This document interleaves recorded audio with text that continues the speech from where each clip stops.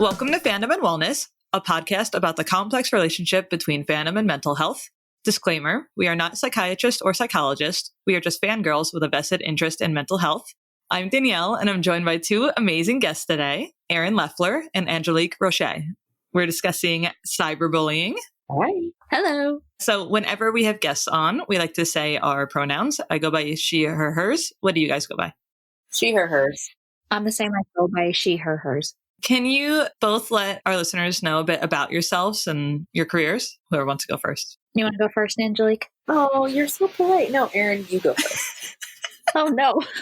Okay, so I am a character designer, visual developer, and illustrator. I've been working for Lucasfilms for their Star Wars division for the past 3 years, since right before The Last Jedi. And I just got my first job doing licensed work with Marvel within the past month, which is super duper exciting. And I'm all around just a giant fangirl. I grew up loving all those nerd stuff, so I kind of draw a lot of that on my downtime.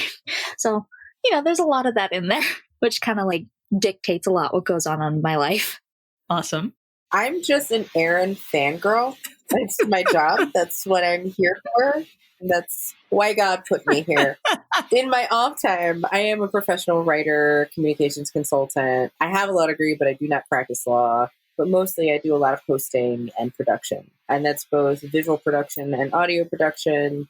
And if anybody knows the word producer, it's a very open and vague word that describes a lot of people. But mostly I love putting together communication strategies, doing show development, and doing long form interviews because I think people are fascinating. You currently have how many podcasts? Okay, both in production and on pause. 4 podcasts currently.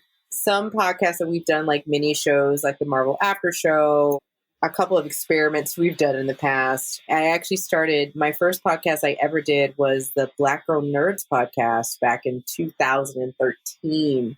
I was one of the sporadic hosts that would hop on. And now 7 years later, I have a couple of shows that I'm a main host of. It's now being re-released, Geek Explained from Sci-Fi, which was a lot of fun. And then Marvel's Voices, Women of Marvel, Creative Quarantine, and The Radical Geeks. So I lied, 5 podcasts. So the two of you are very close friends. How did you meet? When was that? Was the first time we met Ace Comic-Con? Was that the first time we met? I think that was the first time we met. It had to be something else. We'd met somewhere else, and then I found out that she was going to be on a panel at Ace Comic-Con. And I got really excited because she was going to be on the panel. And I cannot remember because we have so many friends in common. I think it was Jordan. Was it Jordan? Yeah. You're right. It was Jordan, and it was C2E2. That's what it was. And you were so adorable. But were you dressed as Carol Danvers? Yeah, because I went to C2E2. I think that was like my last show that I've done as a fan. I feel like Jordan is starting to become the Kevin Bacon of nerd culture. Like, how many degrees of separation are you from Jordan? I love Jordan. Jordan is the reason why I have a personal trainer. Jordan is the reason I have been wearing my Ann Peggy sweatshirt almost every freaking day because I am a baby child and I should have worn it today for my interview with James Earl Iglehart from Hamilton, and I forgot.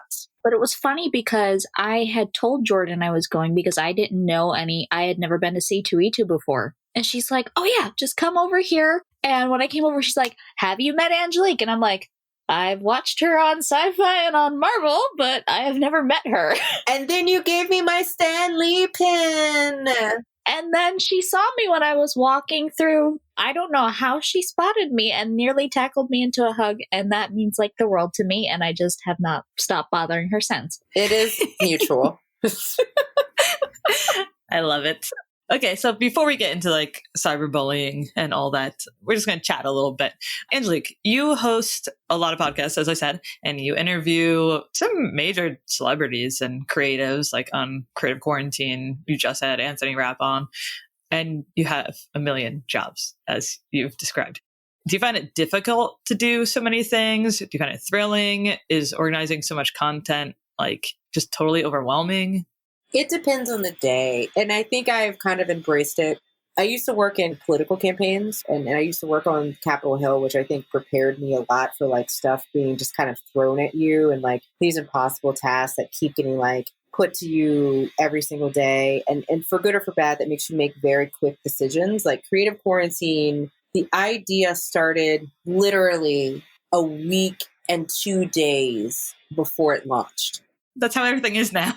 It literally was like, I woke up and I was like, I'm anxious, I'm tired, I have to do something, I want to give back. How do I do a thing? And then I threw my energy into it. There's some days like today, before this call, like, and this call was so therapeutic for me, I was immediately like burnt because I did a lecture for a class at UNLV and, you know, I worked on one of my main contracts because as we all know, artists have to have a main job. And so they get so lucky to have, you know, this ability to get everything they need from one place, but also to like reinvest in projects, right? It takes a lot of investment. You know, you have to buy platforms and editing and teasers and trailers, and you want to pay people what they're worth. And that requires dollars.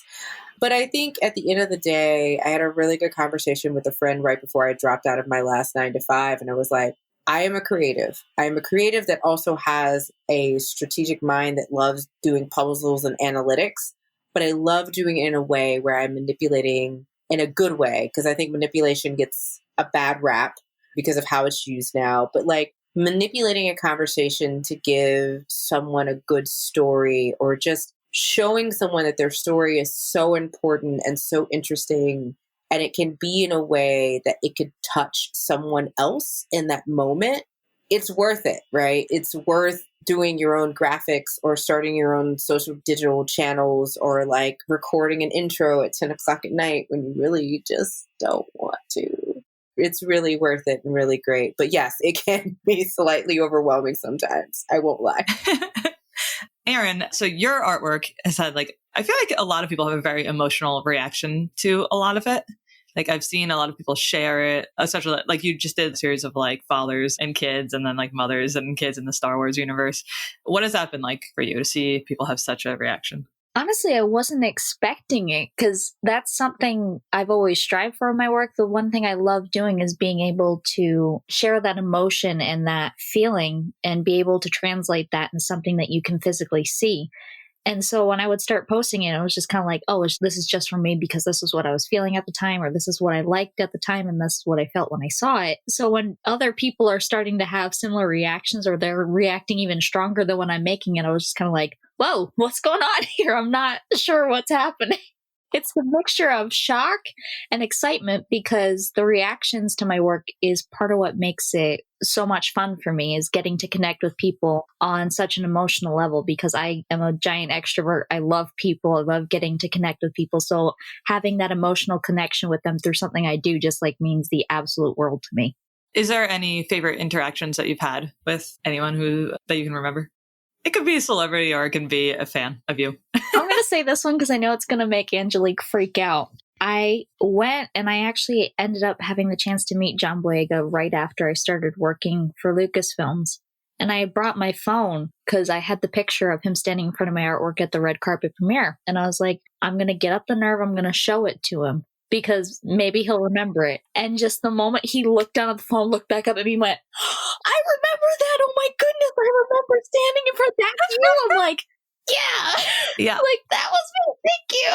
I love that when you meet a celebrity, you always give them a drawing of themselves that you've done, which is so lovely. I feel like these are the people that kind of like inspire my work. It's just kind of like my small way of like thanking them for that, because without that, I wouldn't have these really awesome ideas without these characters and without their portrayals of them. So I just kind of feel like it's a way that I can say, thank you for being a part of my world in some way. Oh, I love you, Erin. Yeah. So, Angélique, do you have any favorite people that you've interviewed or any favorite interactions with any of them? It's so hard. I have some people that I've always considered to be what I quote unquote say my great white whales. The folks that I was fans of as like either like elementary school or high school or college that I looked up to because I either identified with them as people or they personified what my identity was on screen or in or on writing or as lyricists, because I was a performance poet through high school, college, and law school. And, like Method Man was a dope interview and Chris Claremont was a dope interview. And, oh, yeah. I had this incredible interview with Jeremy Harris, who plays Patonomy on Legion. But honestly, Tessa Thompson was an incredible interview. And I remember, so here's the funny thing. It wasn't the interview. It was, I met Tessa Thompson at the premiere of a movie that I won't name. And she's such a badass that she walks the carpet in one outfit. And then she shows up in a completely different outfit after the movie is over. And I, after getting my courage, walk up to her and say, you know what? I just want to let you know, thank you for all of the queer representation and all of the women of color, natural hair, like just across the board. Thank you for what you do on screen. Not knowing I was going to interview her the next year. And by the next year, I mean, literally 6 months later. And it was one of those moments where you get into these spaces and you understand that they are human, right? And so Matt Smith, Jodie Whittaker, like there's people who are on this list of folks that I don't just love them because they portray characters.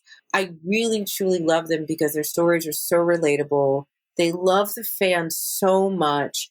And they really just truly enjoy performing and being storytellers.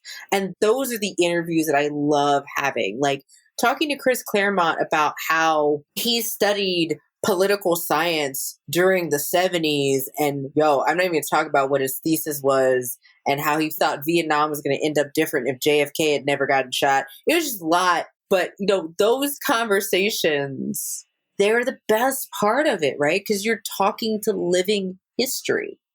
And what do you think makes a good host? Because you are obviously an especially good host. Oh my gosh, thank you. I think one of the things that I have seen in other people that I admire as hosts, they show up over-prepared enough to let themselves go. It's like knowing the sandbox, right? You know the sandbox enough that you honor everyone that you're hosting for. Like, you don't show up wasting someone else's time. You know you're not the most important person there. Even if your job is the most important, you are not the most important person there. Your job is to help facilitate an event, a conversation, a moment, inspiration in a way that allows the people who came to the event to enjoy it. And I think a really good host is just as excited and just as curious and just as fascinated and just as into the topic or the subject or the person or the moment as the people who came to watch the event. And you have to have a certain amount of curiosity. You have to have a certain amount of love and intention and engagement because you are their proxy. They are the third party in that conversation you're having. And that conversation is not about you. It's about them. Yeah, that's really good advice. I've watched not all of your interviews, obviously, because that's literally impossible. You are like one of the most intriguing people, oftentimes more than the people that you're interviewing. And sometimes I'm like, I wish I could just hear more about Angélique instead. Even when you're interviewing like major celebrities, I'm like, I know. I'm always like, I want her to talk more. And then Jenny snuck some questions in here for you specifically. She wants to know, what kind of content do you like to create and how do you keep inspired when creating content? Oh, man. So I create 3 different types of content. I have a very special love. Every year, at least for the last 4 years, I've been the executive producer and pro se co-director of the honorary videos for the Men's Foundation for Women, which is very much nonprofit. It's focused on community organizations, executive directors who are being honored for doing work within their states. And so I've gone to New Mexico, Miami, New Orleans, Atlanta, North Carolina to go and spend 3 or 4 days executively producing these films for them. And so I love doing that because it's telling a very real, a very connected, a very nuanced story about their work, who they are, and why they do what they do. I also am working on a speculative fiction novel Erin's face is freaking out. We'll talk about it because I do want to make it into a graphic novel, but let's get past Boyega Nights first. In my heart, I think that there needs to be more protagonists and antagonists who are not Katniss Everdeen. Like, and not everybody's going to go, I volunteer as tribute. Yes! Most of us, if the world came to an end, was like, yo. I was going to be like, I'm out. They're going to be like, where is the bottle? I don't know how to cook. This is very confusing. As we are seeing now. Can I just stay in my closet with my cat? Is there enough food? And so I've been working on this book for a couple of years now, and I love that kind of content as well as doing critiques. And I love a good amount of podcasting, man. I love a good amount of podcasting. I love producing a good conversation. I just do. It's so much fun. Okay. Thank you so much for all of that. Yeah, and I've heard you talk on podcasts about kind of like what your advice is for like how to make a good podcast and knowing exactly what you want out of it and what your like listeners should be getting out of it, like long form podcasts versus short form podcasts and things like that. So if you Google, or not Google, but if you type her name in iTunes, you'll actually find some other podcasts that she's been on if you want to hear some cool stuff about that. Yes. Also, talking about hosting, this is the first Fandom and Wellness episode that I've hosted by myself. So. Yes! Congratulations! Also, I've been awkwardly trying to become friends with you for like a year. So I'm awkwardly jittery. Erin and I already got that solid friendship. Thank you for being so amazingly persistent. Like some of the time I get so, and I think this is one of those things that I get from being, it's a blessing and a curse. I get tunnel vision. So you end up having 30 people scheduled for a podcast, but also there's a lot of life you missed in 5 days doing it. Yeah. So yay, I'm happy. We're friends now. It's done. I'm here for the bonding. This is good. Okay. The main topic of the episode is cyberbullying. So before we get into it, I wanted to give some definitions. So there is direct bullying, which refers to harming others by directly like getting at them. It's basically done by one person or by a group. This is usually like when someone is directly threatening or blackmailing you or stealing your things, insulting or calling you nasty names, or it can be like physical, like hitting or beating you up. There's relational bullying, which refers to damaging relationships between friends and destroying status within a group to hurt or upset someone. So deliberately leaving someone out of things, having like your friends ignore a specific person, not wanting to be someone's friend anymore. But obviously there are reasons to not be someone's friend anymore, but we know what we mean when we say that. Spreading like nasty rumors or stories about someone. And then cyberbullying, which can also be those things, but it's specifically when it's done online through electronic means. So like text messages, phone, instant message, obvious things. But it can also be having private email and text messages, things like that forwarded to someone else or having them posted where others can see them, spreading rumors online, sending like aggressive emails, or posting embarrassing pictures online without permission. So, Erin, you started Force Against Cyberbullying, which is a hashtag. Why did you start it and what is it? So Force Against Cyberbullying was the creation of getting to experience for the first time the full brunt of what I like to call the dark side of the fan base of Star Wars. Because for some reason, it seems like anytime that there's anything involved with a woman attached to Star Wars, they're not particularly happy about it. And so, I was very excited because I just got my job. I'm having my art at the red carpet, Mark Hamill liking my thing, and I'm putting it out on social media. And that was kind of like green light for them to just kind of like go at it. And then all of a sudden I wake up the one morning and my direct message inbox was full of threats and harassment, and my comment section was full of it, and my email was full of it.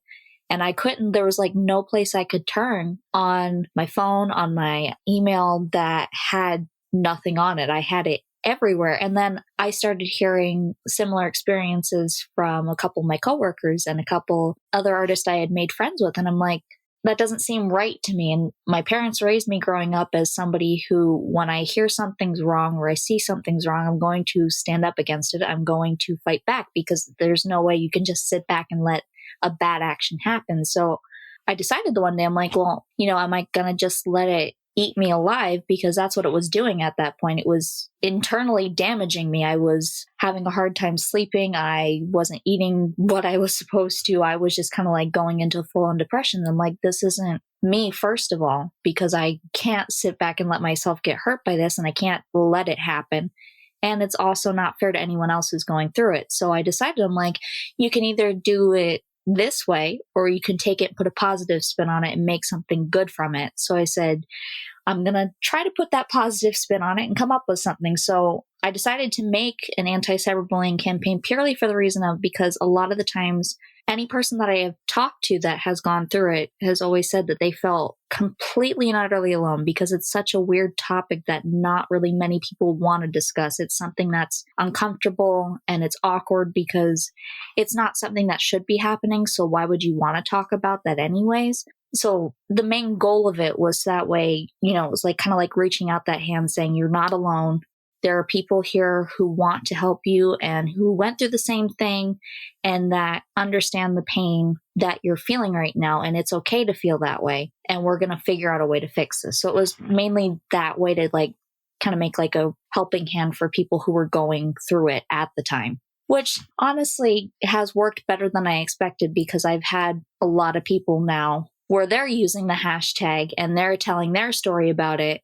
And then saying, like, if you need a safe space, you can come to me and talk to me, because I wish I would have had it when I was going through it. And it's like that experience of seeing that, that's exactly what I was going for and making it. And honestly, it's ever changing. There's always little facets and everything I'm trying to tweak with it here and there.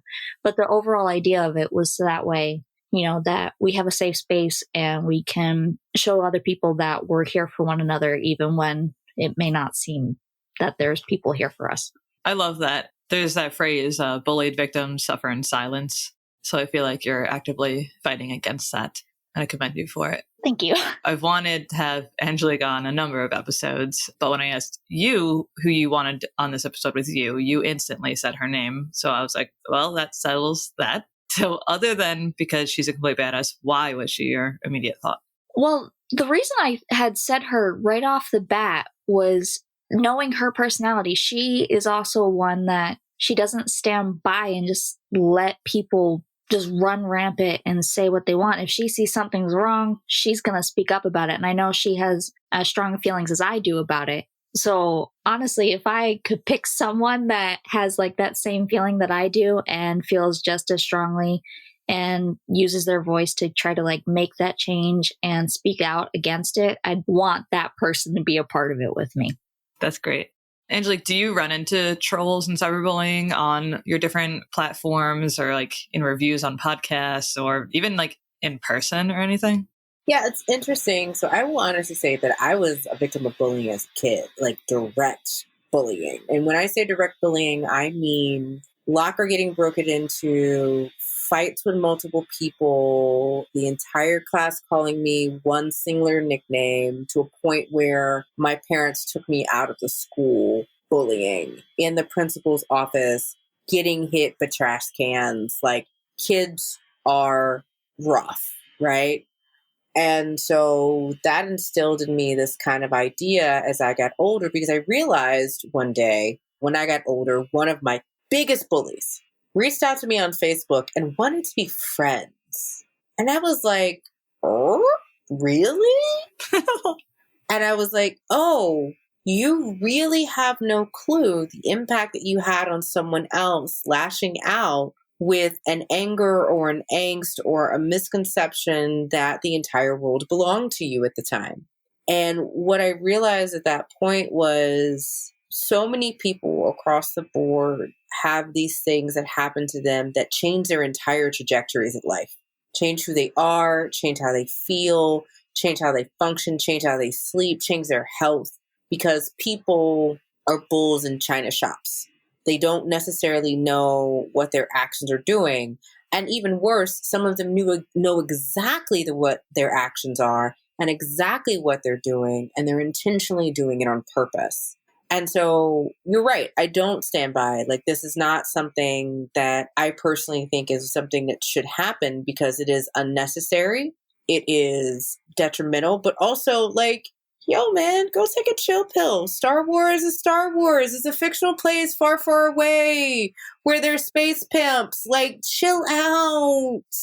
There is a place called Cloud City, and Lando Calrissian has a closet full of cloaks. Like, I need you to have a chill. There is a mystical, magical idea of a force of good and bad, which mimics the idea of God and the devil. Like, let's have a conversation about how you cannot control the minds of other people and how they relate to a certain thing. And, you know, I also grew up with a mother who was like, yo, if they're coming at you, then you're doing something right. If you weren't doing something right, if you weren't out here, then they wouldn't care that you're doing it. And so I also am very big on like beefing my friends up. Like Erin will know this. Erin will get a text message from me like every other day. And I'd be like, yo, F them. F them. She's not even joking. I'm not joking. Like I've said that so many, and the reason why I say it is because I am of a personal, and don't take this as being crass. Don't sign my checks. Don't pay my rent. Don't pay my bills. Don't have my student loans. Please stop. And that was my way of dealing with it. But what I also realized, it took me a long time to get there. And yeah, people have said, oh, look at that girl and her gums, or, ooh, shit girl saves her sides in her heads. Why is she trying to be cool? Like, I've heard it all, and it's at a point where, you know, I used to be the kid that would cover my mouth. I don't know if anyone's ever seen The Color Purple. I'd cover my mouth because people would say that my smile is too gummy. And it took me years of people going, your smile is beautiful, chill. And as soon as I started doing videos for certain folks that I won't mention, I remember seeing the first comment, oh man, I couldn't pay attention. All I could see was her gums. And I just looked at it and I was like, why do you have to be that one person? And that's what I started doing to myself. I said, who hurt you? Who took your toy? Why do you feel entitled? Who didn't give you an extra carton of milk? Let's talk about this because therapy is very important and therapy is real. And some people need to process why they treat other people the way they do, because it is an intentional thing that they do to make those statements and to make those comments. They don't have to go to your page. They don't have to go to the comments. They don't have to retweet anything. It's a compulsion. And sometimes I feel bad for them. Yeah. So with that in mind, like I personally feel like bullying is very in line with gaslighting, especially because like the person doing it really wants you and everyone else that they are like, who's like seeing the post or comments or whatever, to believe their words over yours. Like they need you to believe. Like how earlier, Erin, you were saying that, you know, you were feeling depression and everything because you started to actually like start believing what those negative commenters were saying. So I wanted to talk a little bit about the effects that it can have and an important study that I found, which is actually by another Erin. So Erin Burke. Erin keeps taking screenshots and it's cracking me up. Once I learned I had this power and ability, I'm not going to stop using it. Our very serious episode, Erin's taking screenshots. No, it's okay. So there was a study called Imagine by Erin Burke Quinlan. Basically, it was with over 600 people, young people, age 14 to 19 in Europe. It was basically a questionnaire and a brain scan when they were 14 years old and then when they were 19 years old. So the goal of the study was to assess like their brain development and mental health. And it showed that basically like more than 30 had experienced chronic bullying. So after they did that, they compared it to basically the comparison was between people who were bullied, people who were victims and did bullying, and people who were just bullies, and people who were just pure little angels. So the interesting thing about this is that it showed that if you were bullied like chronically as a kid, it actually physically changes your brain.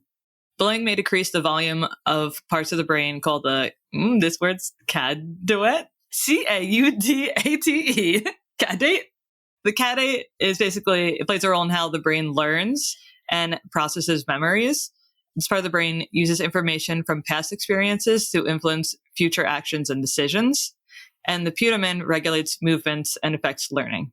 So like, I think it's kind of obvious that like bullying affects your brain, but I think it's cool that actually like it shapens it. It really, there's like evidence now that shows this. When I had first started looking into ways I could help with what I was seeing occurring and what I was experiencing occurring, one of the studies I ran into was talking about the trauma that it inflicts on the brain. And it likened it to the trauma that a soldier would face in the field. You're not having guns shot at you. You're not having bombs dropped on you, but you're having the same type of trauma inflicted upon you. And that kind of just was so jarring to realize that, like, it's amazing how our brain reacts to different things in the same way. And you think about warfare and everything as such a big deal. It's very, very impactful, but you don't really ever think that words can have that same meaning. And it puts kind of like this whole new level to how important it really is on it. And especially now that you have those studies backing it. And I honestly would say, like, I can tell you it's really true. Like, and everybody's manifest differently. Like, for mine, like, I walk into a room so overly prepared. I walk into a room in a way that one of my brother-in-laws have said that to me. He's like, I will get you now. And I said, what do you mean? He says, you work your butt off, do everything you need to do so everyone will leave you alone. Absolutely. I don't want to hear your comments on my hair. I don't want to hear your comments on my tattoos. I don't want to hear your comments on anything else here. Like, I have proven to you that I am capable, that I have the ability, and that I have all the things that you think that I don't have because you've made an assumption before you even got me. It is almost ability to say, I shouldn't have to do this, but since you think that I have to, here. And also, I'm going to protect every last one of my friends because every last one of my friends are freaking amazing, amazingly talented, and don't deserve it either. Exactly what you said about having like an instant reaction when you walk into a room. That's part of what I find with any level of bullying, because I was bullied growing up too. I felt physical bullying. I had verbal bullying. So like, it causes you to like kind of like adapt how you go into something, because instead of going in overly prepared like Angélique, the way I go into something is I go in overly panicking, thinking that everyone's already judging me. I'm already stressed out and self-conscious walking into a room thinking, what are people thinking about me? Is there something wrong with me? Am I doing this right? And I think that's an interesting thing, is because everybody handles that trauma in a different way. Everyone kind of adapts themselves in a different way to handle and process that, which is something that, again, doesn't really get spoken about. And especially within fandoms, that's something I think, because a lot of people take fandoms as their escapism. That's the way that they escape what's going on in the world, and something that they like, that they want to keep the serious nature out of it. But it really does need to be included, because this is something that's now causing us to react in a different way than we normally would. It's a way to kick you out of the fandom. It's a way to keep the fandom white, cis, and male, essentially. Yes. And I do say there is a number, and I'm not patting anyone on the back. I'm not clapping for anyone. I think there are a number of white, cis, straight men who are amazing allies. Of course. I think there are a number of folks who really just love the fandom, who get it, who understand their history, who get that all you folks out here saying, oh, Jodie Whittaker. And I'm like, y'all do know, like, the first producer of Doctor Who was a woman and the first director was a gay man of color. Cool. Great. Go learn your history, but fine. Or like going back and talking about Star Trek and like, why is there a woman captain? And I'm like, yeah, you do realize that number one was a woman in the pilot, and that there were more than one in the writer's room. Like, I need you to get that none of this started where you think it did, and like really understanding the history of the fandom that you have. And I think Erin's absolutely right. I think there's this point where folks fold into this escapism and they latch on to things. And that's, again, where I go back, who stole your juice box? Like, I need you. And we all have it. We all have a thing we need to process. We all have a thing that we need to figure out about why we react to certain things in a certain way. But I hate to see when it turns into toxicity, or when someone's mad because Hermione is Black. Dude, Hermione was supposed to be Black. Like, go back and let the author say what she meant to say. Unless she's being a TERF. Okay, I get it. I understand. There was a line there. I acknowledge what it was. I don't appreciate TERF behavior. I think that is also a whole level of toxicity. And I was definitely one of those people who followed the Twitter for the snark and then went, oh, well, okay. Yeah. Trash fire. Goodbye. Trash fire. I say that to say, like, the hugest detriment to folks who disallow other people into fandoms and, like, perpetuate this type of bullying, in my personal opinion, is that you miss out on stories. You miss out on creativity. You miss out on perspective. You miss out on other folks being able to bring. One of the best runs on Storm that has ever happened to ever existed in life was written by a biracial Asian American man. Like, let's have a conversation about Greg Pak. Like, what? Right? Yes. You are an encyclopedia of knowledge. I've also just interviewed Greg, and he's just a great guy. Oh, he's great. He also is the guy that goes, why not? Like, why can't there be an Asian American Batman? And then he's the reason why we have Amadeus Cho right now. Why not have an Asian American Hulk? Why not? There's no reason. Yeah. Do it. And you know, that along that line is, I think the way that you put it is perfect. It's almost like that people attach to certain characters because of something that they went through that was either traumatic or very hard for them. And they found this character in that time and they feel like they could relate to that. And it's kind of like a coping mechanism almost. And they can just kind of like get out of their headspace and get into this character where they feel like they relate to that. But the problem is where it gets taken too far and people decide it's my character, nobody else can say or do or create off of that character. And I think that's where people forget the line between what's real and what's not. While we love these stories and while they may mean a lot to us and may bring us a lot of joy and escapism, it also has to end at some point. You have to realize that this isn't real life and the way that you're acting because of this is affecting real life. And I think people miss out on that.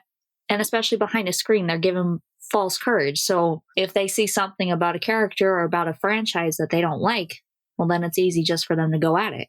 Yeah. I want to read this paragraph from the study I found because it's so interesting and it really backs up what you were both saying. The effects of being bullied extend beyond the consequences of other childhood adversity and adult abuse. In fact, when compared to the experience of having been placed in care in childhood, the effects of frequent bullying were as detrimental 40 years later. Second, there's a dose effect relationship between being victimized by peers and outcomes in adolescent and adulthood. Those who were bullied more frequently, more severely, such as like directly versus indirectly, or more chronically over a longer period of time, have worse outcomes. Third, even those who stopped being bullied during school age showed some lingering effects on their health, self-worth, and quality of life years later compared to those who were never bullied, but significantly less than those who remained bullied for years.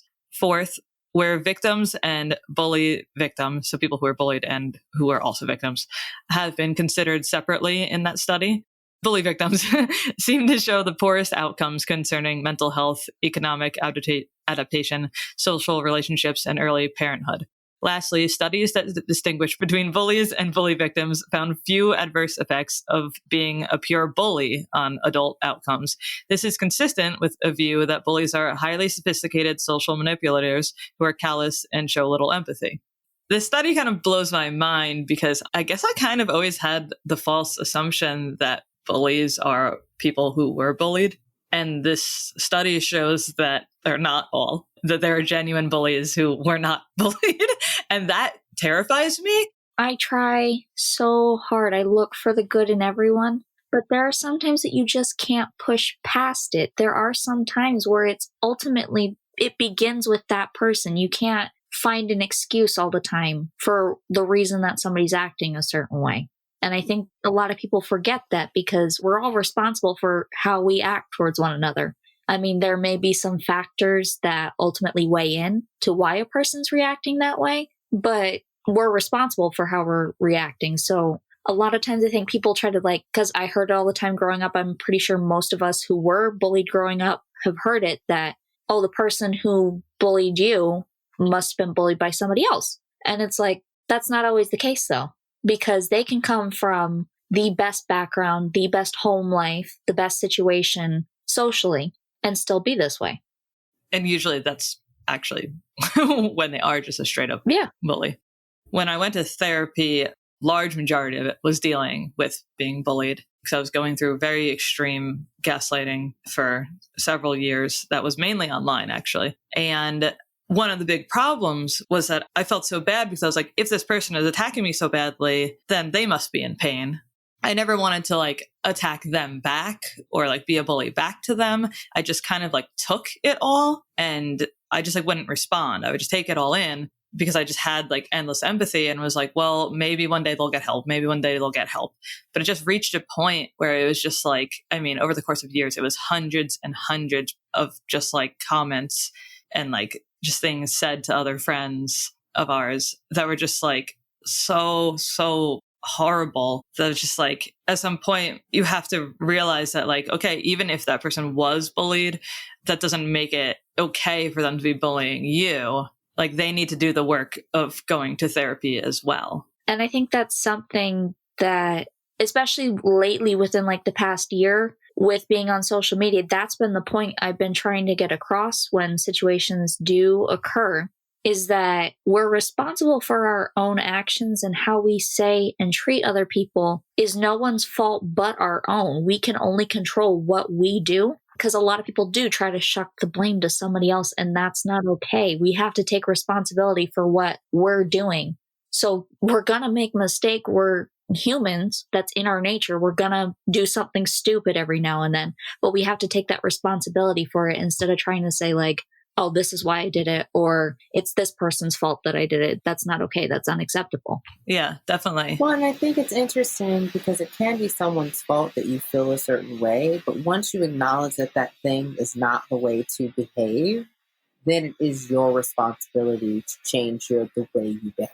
No one else is going to change it for you. There isn't going to be a magical therapy fairy that just sprinkles dust over your head and then suddenly you're going to be able to process your emotions without learning tricks and training yourself and addressing the things that aren't addressed. A lot of these things are societal norms and stereotypes and gender norms, and all of these things are embedded. But if you know that those things are what they are, then now you're kind of responsible for changing your actions and how you treat other people. Exactly. Adulting is hard sometimes. Don't be a dick.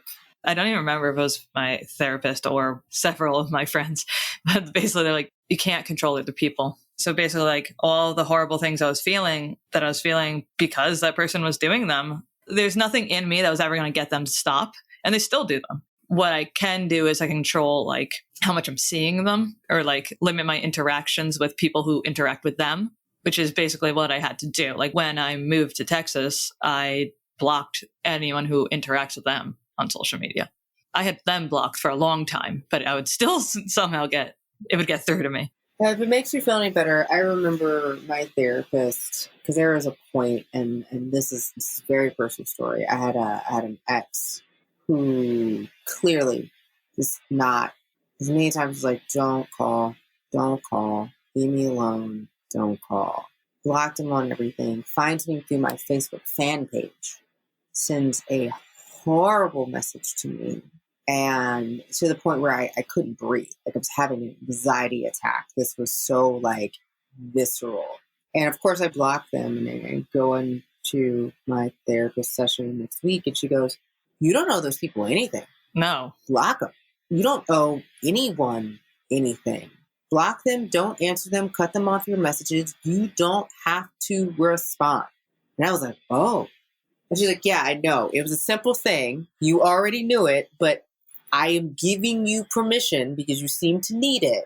Don't respond. See, that's why therapy is great, because, yeah, it's okay, sometimes they say things that you think are obvious, but you just need someone to say that to you. Because we forget sometimes the most simple things in the world, we forget them because there's so many complex and crazy things happening that it's the most obvious thing staring us in the face, but we need somebody to direct us to look directly at it. Yeah. Well, and also another thing about bullying, which is why I say it's so much like gaslighting, is because if someone is doing this to you constantly and you're constantly hearing or seeing these words, you believe them. And so anything you know to be true about yourself, you don't believe anymore. So if you know that you're a kind person, if someone is constantly saying like, you're terrible and blah, blah, blah, you start believing that, even if you know it's not true. Yeah, and I can say from experience, because I had that growing up, instead of more like the physical bullying that a lot of people dealt with, I had the verbal bullying. And I had people telling me, you should be dead, you shouldn't even be alive and everything. And you begin to believe that after some time. And you're like, am I supposed to be here? And, it was almost like it stirred up those same memories when I started getting the same things online. And I was saying to Angélique the other night, because I posted a dress that I had made for Ace. Oh my God, so fucking gorgeous. And fantastic dress, an incredible dress, a well put together dress. I was more excited about it. And I always do it after Ace. I always post it during the show like, oh, was my surprise. And I wasn't expecting for it to take off. And then it was like the next 3 days after it, I'm getting those messages in my direct message. I'm getting them in my emails and everything. And I almost went back into that headspace. And Angélique kind of like gave me that nice like slap across the face. Like, what are you doing? She's like, no, don't go there. It's one of those things that if you see it so repetitively and so many different people are saying it, it's like. And it's hard, right? Yeah. It's hard, right? Because it comes through different forms. Like I remember, so I have 12 tattoos. I love every last one of my babies. And I remember, because people will sometimes it won't even be as sharp as, I hope you die. Sometimes it's just like, your tattoos are okay, I guess. And you kind of want to look like, did anyone ask you? Like, why would you say that? Like, why are we here? And I just remember having a friend who was like, oh, I just wish you wouldn't have stained your temple. And I looked at her and I went, baby, I just got stained glass windows. Because people literally, they just act out in such horrible ways sometimes. And I think, I'm really glad to have a bunch of friends who can put it in perspective. But also sometimes I have friends who will check people. My manager put it in an interesting way, because when I first started dealing with this is when he mainly took over looking through like my social media comments and everything. And he goes, I don't know if you realize this. You're not thinking about this, I think, in a full, like, clear head, because how could you think about it in a clear head? He goes, everybody wants to make everything about them.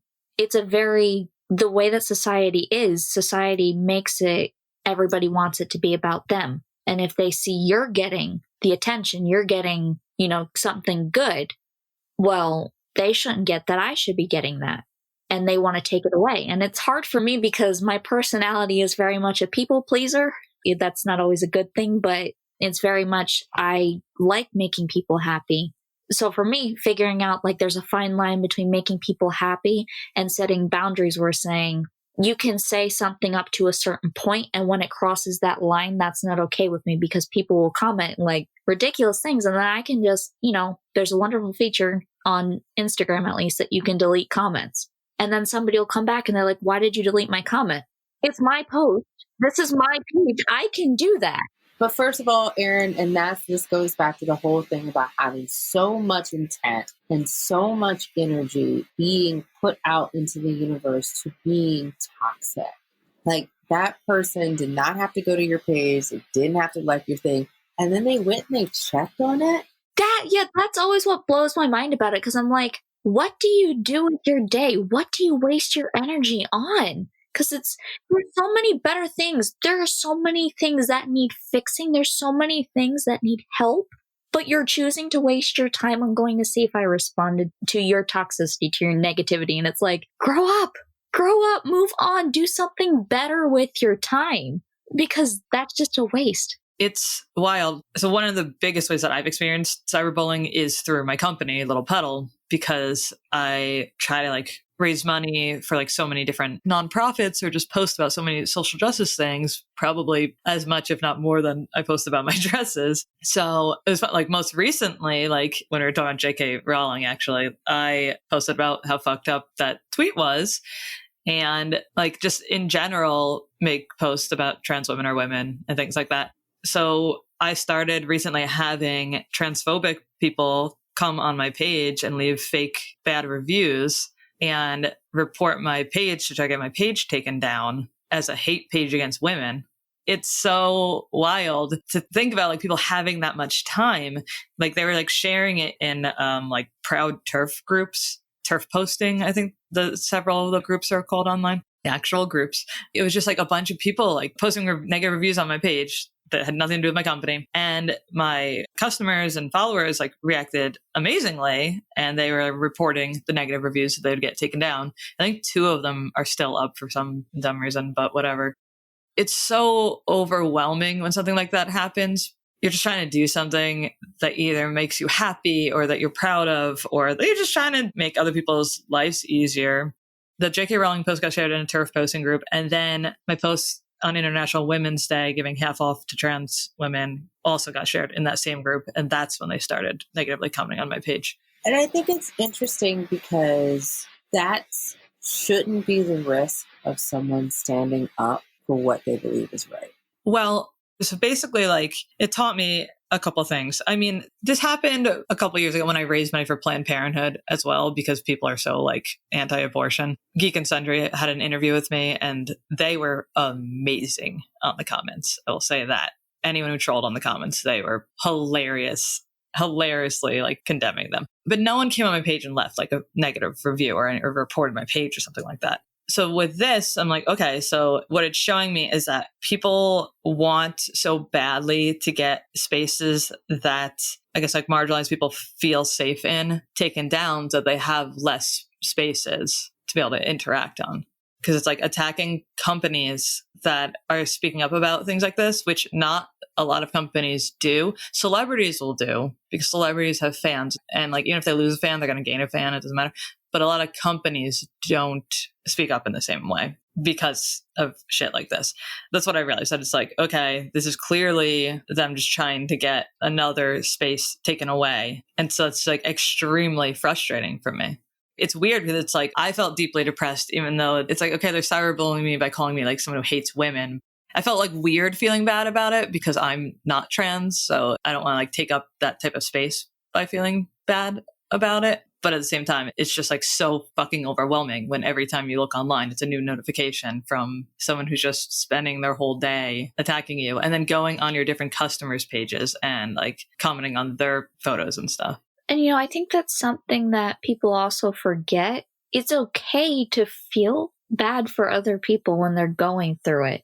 Because, like, I've had people say to me, well, you can't speak up about that because you're not this demographic, you're not this marginalized group. And I'm like, but I can do what I know is right. I can feel bad for them too, because nobody should be treated like that. And I think that's where, again, people feel entitled because they're on the internet and something doesn't agree with what they think, that they think they can just say whatever they want and tell you that you can't feel a way or you can't be a way. And it's like, no, that's not how this works. Yeah. But it reminded me of what Angélique said earlier about how, like, I think you said it. I don't know. Our conversation has been wonderful. Basically, like, if someone is bullying you, it may be because you've done something right. So I'm like, okay, like, if people are attacking me that much because I'm sticking up for trans people, fuck them. Like, I definitely am not going to, like, it's not going to make me not speak up.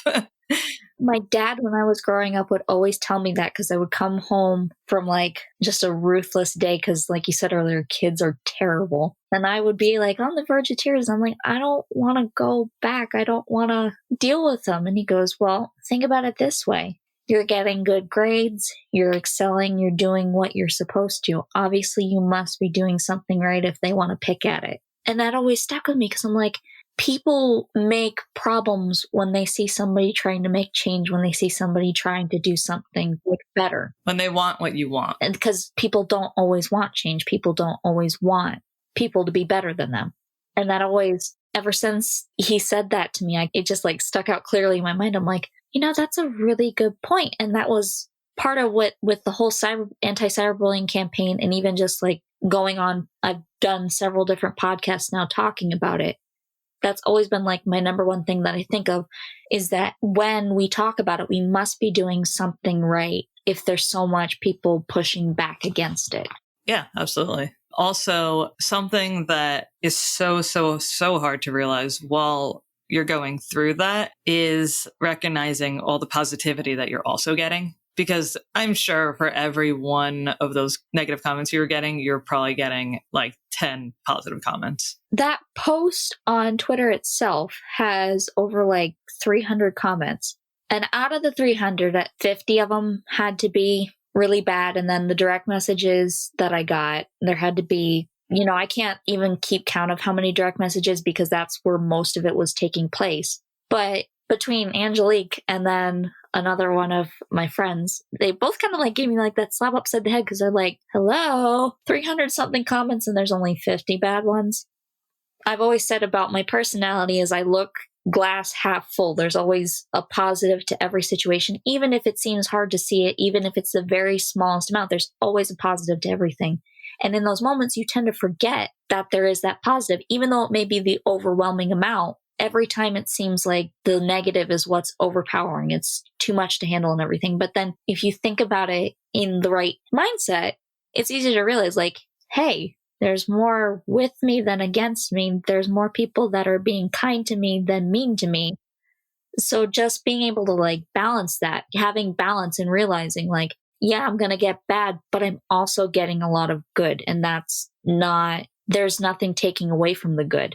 Yeah. I think the other thing that I've realized, specifically in this type of work, there are more folks who are in your position, Erin, who have been bullied, or my position as someone who was bullied as a kid for being a choir kid or a drama kid or liking arts or being great at some weird thing like the French horn. I don't know. There are more of us out there just not knowing that that's what we grew up with until we talk about it. Yeah. So it's super important to talk about. And I think that's the thing too, because it can be done very subtly. And that trauma can be caused so subtly that you don't really understand what's happening until down the road somebody's like, hey, no, that's not normal. Like, that's not okay. That shouldn't have been going on. That caused a problem. And I think it's easy to point it out when it's so jarring and it's something so ridiculous and horrific. But when it's like those small little things, you don't really pay attention to it. Yeah. Like, I definitely think that we're getting better as a culture at recognizing that abuse is not just physical. Because for a long time, I think it was just like, well, if they weren't punched in the eye, then they're not. It's like, no, mental abuse is just as bad. It's that saying of seeing is believing. People now are more realizing that not just seeing is believing, because there's so many things internally that you can't see, which I think is interesting. I saw somebody in a TED Talk once said that if you got a cut on your arm, would you go and treat it? And the person looked back and went, yeah. He goes, so if you have an internal wound, why wouldn't you go get that fixed? Your brain health getting beat down by somebody else, that is an internal wound. Why wouldn't you go and get that fixed? And it was just kind of like, because we can physically see it. Everyone's like, oh, of course. But just because you can't see it, people just want to kind of sweep to the side, because how can it be real if we can't see it? And I think that's the wonderful thing. People are beginning to realize that just because you don't see it doesn't mean it's not there. That's perfectly said. I feel like we could probably spend literally hours talking about bullying stories. So instead of doing that, what is your best advice for dealing with trolls or cyberbullying? Do you want to start this, Angélique, or do you want me to go? I can. Yours is going to be probably a lot more genteel than mine. Honestly, man, at the end of the day, don't let somebody else's problem stop you from living your dreams, right? Like, any person that you've ever looked up in your entire life that you have seen as an inspiration, as a role model, like, somebody told Oprah, like, how dare you think, like, they didn't say this specifically, but they're like, how dare you think you should get paid the same as a man? And also, like, how dare you think that you're going to get your own show with your own name? And Oprah's like, okay, I see your haterade. That's real great. But this isn't about you. This is about me. And she's now Oprah. Like, let's have a conversation. She literally has a magazine of her own. Right. Right. A magazine, a TV network, movies. She is played in movies that have changed people's lives, right? And so when you think about folks like Princess Nokia or Samus or man, there's like so many incredible stories like Jessica Hennick, who was like from a rural part in the UK, who was too old for her first gig, but then got her first gig because she wrote to the station because she's like, I'm perfect for this. And now she's Jessica Hennick, right? And so she's from Iron Fist and many other great things. And I say all that to say, like, it's hard, but at the end of the day, that person wants you to respond so that they can be seen, so that they can like engage you in a fight, so they can steal your energy and steal your joy. And if there's anything my mother imparted on me as a kid, it was, don't let anybody else steal your joy. You know, life is short. You got one of these. And is it better doing what you love to do or allowing someone else to make you feel like you aren't good enough to do that thing? I think that's kind of the perfect way to put it is, are you letting somebody steal what's rightfully yours? You're given such wonderful, everybody has so many different wonderful talents and gifts that they can now share. We have so much more access to it now with the internet in the day and age that we live in. And that's one of the most wonderful things about that, is that we're able to share it. We're able to connect with others. So are you letting people steal that from you? Are you letting people steal your joy? Is it worth it at that point to let that happen? So there's a fine line between what's okay and what's not, and figuring out, it's okay for me to set boundaries. It's okay for me to say that saying this on my stuff, saying this about me is not okay, and realizing that you have the power to not only stop it from happening, but also stop the comments from being on your page, stop the direct messages from being, you can just easily get rid of them. So my manager has said this to me time and time again when I've had to deal with stuff like this, and he sees it on my page, he'll always say, easiest thing that you can do is block and go on with your day. And that's honestly, I think, some of the best advice that I can impart is that it's not worth your time and energy to waste all that time on a comment that took probably 30 seconds to write out. So are you going to let it consume you to the point that your health, your time, your energy is wasted? Or are you just going to move on from it? And the best thing to do, I think, is get rid of it and move on from it. Yeah. Blocking is self-care. That's like one of the best self-care tips on the internet. Block.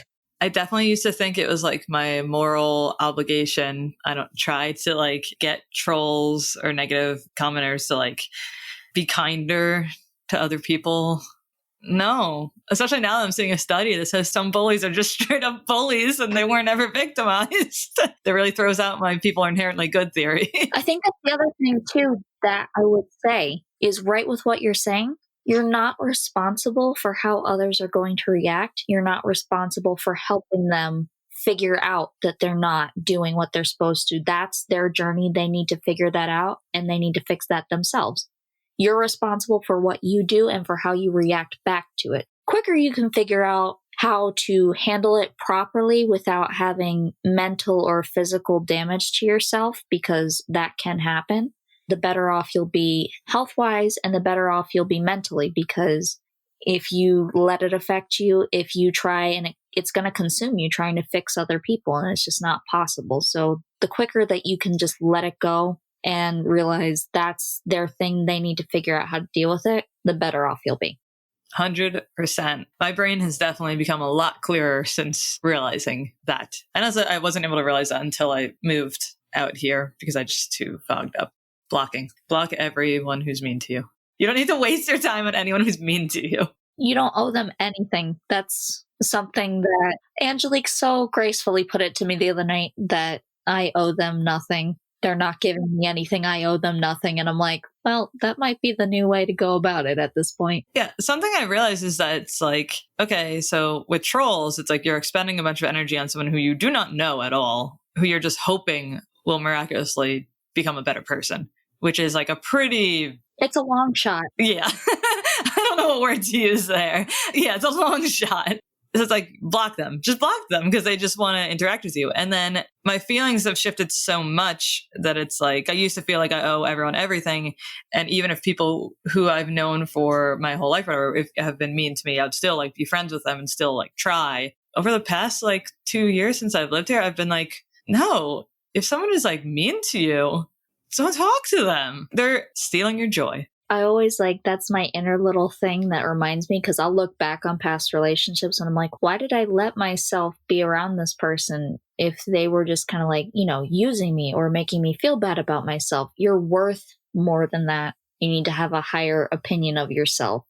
If a person's making you feel that bad and a person is purposely trying to hurt you, you need to let them go. Yeah, that's not your friend. I feel like we place too much importance on people claiming that we're all friends with each other, or like that we're like family, or just whatever words, that we like ignore their actions sometimes. How is that person actually making me feel every single time I interact with them? Bad? Okay. That was one of the things growing up my dad would always say to me. He says, not everyone is going to like you. You just need to learn that at this point. And still now as an adult, I'm still struggling with that because I want everyone to like me. But the importance that I think society puts on it, especially with social media, the amount of followers, the amount of friends that somebody has, it's kind of self-demeaning at that point. It's really not that important. I always tell everyone, because people ask me, they're like, well, how do you get such a big following? How do you get such a big fan base? And I'm like, it's not about that. Honestly, I could care less if I had 1,000 followers or 50,000 followers. Draw real pretty. I don't care about the person who's the amount that's following me. I care about the type of people that are following me. That's what you want to worry about. It's the quality over the quantity. You don't want so many that it's just like, oh, look at me, it's a status thing. No, you want the right people to be following you. You want the right people to be friends with you. That's what's going to make you and build you into a better person and better version of yourself. Okay. Can you folks let listeners know what you're both working on during social distancing? If you didn't already discuss it, I mean, I know we discussed a bunch of things, and how to find you online. Erin, go first. Because I know you're both going to sit there and debate over who goes first. Okay. So currently, the project I'm working on, ironically, is with Angélique. We're working on a little thing we call Boyega Nights, which you can find on Twitter and on Instagram. Currently, we're in the storyboard phasing. That's on me. I'm still working on those. I'm terrible. I'm sorry. It's on me, but she's wonderful. And before this podcast started, I was like, you're not allowed to bully yourself on a podcast about bullying. No.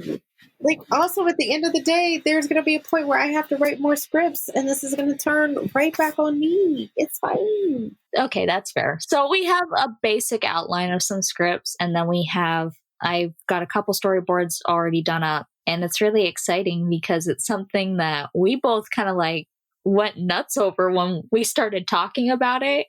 And I don't know how it happened, but like all of a sudden we had like 10 different ideas within a matter of like an hour, just going back and forth with it. That's how it happens. So now just, once the storyboards are done, being able to get it into the right hands, getting the right people to see it will be the next goal of it. But hopefully people will see it and kind of enjoy it, because it's like that nerdy, fun thing that I think people are missing from their lives right now. There are horses and magical godmothers, and I'm so excited. Okay. Angélique, do you have anything to add? Man, the whole idea for me right now is creative quarantine, which is, I want to provide a good conversation with creatives who are adjusting their lives to support stopping the spread of COVID-19 by self-isolating and social distancing, and then talk about how we inspire other folks to find their own way to adjust, shift, and reconfigure their way of thinking when talking about the current circumstances, when they have kind of this forced space away from when you have the privilege, because certain people do not have the privilege. They are essential workers, and I don't want to leave that out of context. But when a lot of us who are teleworking, who are at home, can take a step back, and what does that mean, and how do we shift and really look at it so that we can manage to keep doing it? I was laughing with my husband earlier because I've talked about this episode on bullying, and I was like, well, between bullying and being grounded all the time, I've been like in prep for isolation since I was in high school. So, or maybe grade school. I was like, so I'm mentally okay. But also Elsa style. Also a little terrifying, but it's awesome. Okay. What are your handles online in case anyone wants to follow you? Yeah, you can follow me at Angélique Roché. That's ANGELIQUEROCHE on the Twitters, and it's at Angélique Roché Official on the Instagrams and AngéliqueRoché.com. And then mine's a bit more challenging than hers, but I'm going to give it a go anyways. You can find me on Instagram at butternut, like the squash, _ GOUACHE, which is the type of paint I use because I am a pun lord apparently, and I had to do something stupid for my username. And you can find me under butternut gouache without the underscore on Twitter because they have a character limit, and that would have made it easier for me to keep it seamless. That's exactly what it is for us. So with us, you can find Fandom and Wellness on Instagram at Fandom and Wellness, on Facebook at Fandom and Wellness, or on Twitter at Fandom Wellness because of the character limit. Please take a moment to subscribe, review, and rate us. It's the easiest way to help support our podcast. Let us know what you enjoyed about the episode in a review on Apple Podcasts or on our Facebook page. You can also find me at Little Petal, Arkita at Classy Rebel Design, and Jenny at FanMailbox, all on Instagram. And if you want bonus content, join our fandom family at patreon.com/fandom and wellness for Patreon exclusive geek sessions. And remember, be kind and take no shit.